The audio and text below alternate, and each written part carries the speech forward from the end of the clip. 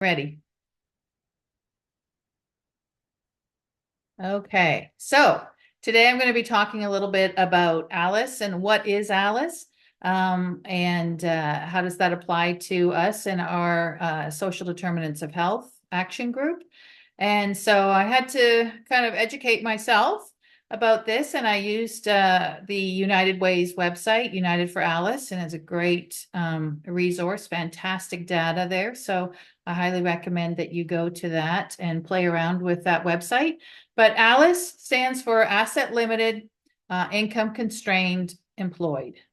So these households, these ALICE households earn above the federal poverty level, but they are struggling to meet the basic cost of living. So those are things that are like housing, rent and utilities, quality childcare and education, healthy food options, transportation. Is it public transportation, or more likely in Williamson County, it's going to be personal transportation. And so that's the cost of running a car and text tags and fuel and repairs. So all of those pieces. Healthcare is another basic. So, and that can very much differ from household to household, depending on the health status of the people in that home, any chronic issues that they have, health issues that they have, the age, the resources that are available to them. And then technology, that includes both smartphones, right? Everybody needs a smartphone these days, especially if they, want to get messages about their kids, if they need to apply for jobs, if they want to connect with a health appointment. And so that's both smartphones and internet access. And then taxes. Of course, we all know about taxes. So these households are struggling. They're one paycheck away from poverty. And I was looking at this kind of thinking, okay, well, all of us could say, yes, we struggle to meet these needs, especially in this economy right now. But with ALICE households, the thing to remember is that these are asset limited, right? So they don't own their own home, and they can't take an equity loan out and kind of do a stopgap or something. They are very limited in what their options are, and it is a very scary place to be, right? Struggling without much of a safety net, right? So when you look at the website for United for Alice, they talk a lot about the Alice household survival budget. So this is the bare minimum cost to live and work in our current economy, right? And it is calculated at the county level for various household types. So is this a single person household? Is this a one parent with two kids? Are they school age kids? You can really dig into that on their website and kind of really hone in on which group you're looking at. But the important thing to remember about this survival budget is it's not sustainable over time. This isn't a recommended budget that everyone should try to achieve, right? This is a extremely stressful place to be. This is just trying to make ends meet. It brings a lot of short-term and long-term consequences of living so tight all the time on your budget. And that's, stressors, emotional and mental stressors, right? And that can lead to physical stressors and physical decrease in physical health, right? As you make decisions that, maybe forego some health care so that you can pay for some groceries. So it's a stressor on relationships within the household. So a little more specific to Williamson County, we're looking at, this is 2022 data that's on the United for Alice website. So I've put down here the 2024 FPL, but for the total number of households in Williamson County, there's 258,095. As you can see, the poverty level, 6%, the ALICE level, 24% of households. And then above ALICE, 69. I get that math doesn't quite match, should be about 31%. So 69%, though, the point being that you have a lot of people that either fall into the ALICE or into the poverty level that are struggling out there. And so one of the key contributors, and the data you can pull up on United's website, is the mismatch between the cost of living and what jobs are actually paying, and what a lot of people in this group are working, the jobs they're working in, right? And if you go back to what are they struggling to do, meet costs, cost of living, education is one of those things. So how do they go back and maybe get some education or specific workforce training that doesn't cost them too much money when they're living paycheck to paycheck? So that can be a real challenge for people trying to get out of this level, right? All right. So I want to check out a little bit of this Williamson County data. It's really cool. Like I said, you can go onto this website. Let's hope this link works. We want to go on to United for Alice. Let it come up. Just need some time to think. There we go. Okay, so you can look on their website and there's so much here. I mean, there's so many links to go into. You can spend days on this. But if you look at Alice household budgets, okay, so you want to go down, here's your main costs, right? And then here's your state of Texas. If you want to click on or take a look at Williamson County, so you just hover over that county, you can go to any county in Texas, but you can see here for the 2022 data, what you need to make an hour, a month, and annually, right? If you're one adult, if you're two adults with two school age, one preschool, one infant. So they've got all sorts of breakdown. Or there you've got the seniors, right? And what you need to earn to be able to make it. You can see just by looking at this, one adult earning $19.13 an hour, that was in 2022. That there's plenty of people working below that hourly wage right now, right? So these people, this group of people are having to potentially work two jobs, right? And then what happens when you're working two jobs? If you're working part-time in both jobs to make that money, you're probably not getting health insurance, right? So a lot of the jobs aren't providing the health insurance or good enough coverage, right? And so that just compounds your issues. So these are really interesting data, and you can go on down here. Yeah, that household budget, I'm going to go past that and go to Williamson here. And I don't want to spend too much time playing with this, but it is really interesting. So if you do, like, say you do two adults and two school age kids, let's see what it'll pull up for us. Hopefully it'll pull something up here. Yeah, you can take a look and see. So here is again for 2022, you're looking at this data in Williamson County. You can see what the estimated costs are, and you can play around a little bit with it, right? So where can I fuss with this? If I live locally close to my job, then maybe this isn't quite as much money, right? If I don't, people are going to skip their doctor's visits, right? Because that deductible is, if they're getting a low premium every month, their deductible is going to be high, and they're going to have to keep paying that deductible to until they're done. And sometimes they don't make that now as these premiums drop and the deductibles raise, and it just again compounds the problem, right?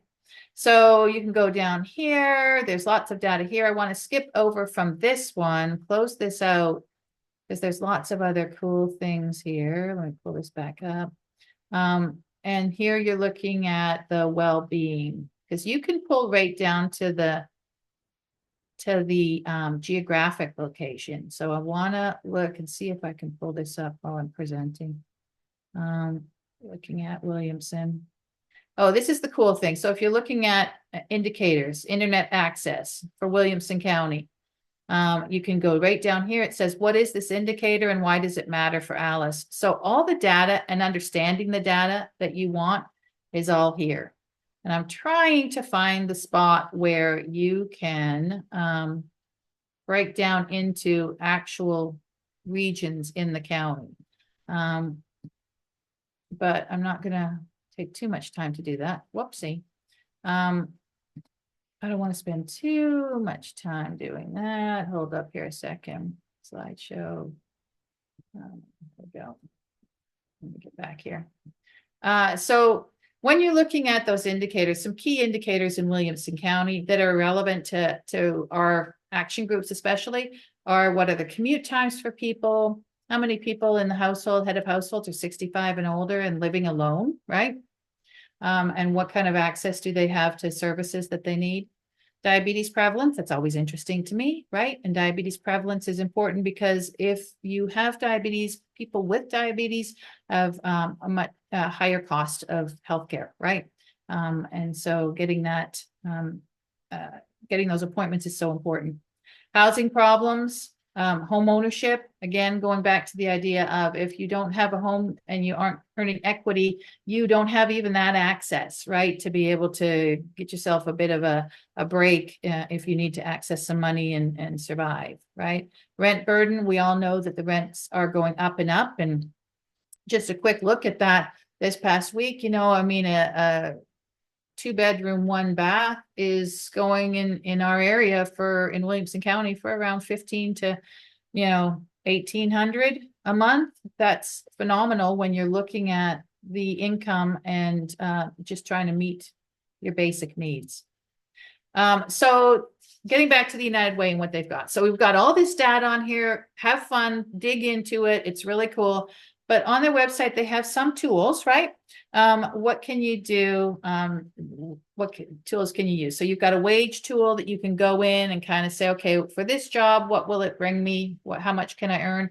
The thing that I really like is this Cliff tool, and it's kind of pretty neat that you can go in and they have a whole class on how you can use the Cliff dashboard on their website, but you can take a look here and kind of go in and plug in, what do I want to, try to maybe go back to school and get some education and get this new job, right? What is that going to cost me? It's not just, forgive me here, it's not just the cost of going back and taking the classes, but will that push you out of a bracket where you get a benefit? And so you can plug in all these different pieces of data and find out, what does that mean? Will it cost me a lot to begin with, and I'm going to have to tighten my belt, but then my potential growth for that job is much higher than if I don't go back to school. So it's a really kind of cool tool that they have on the website.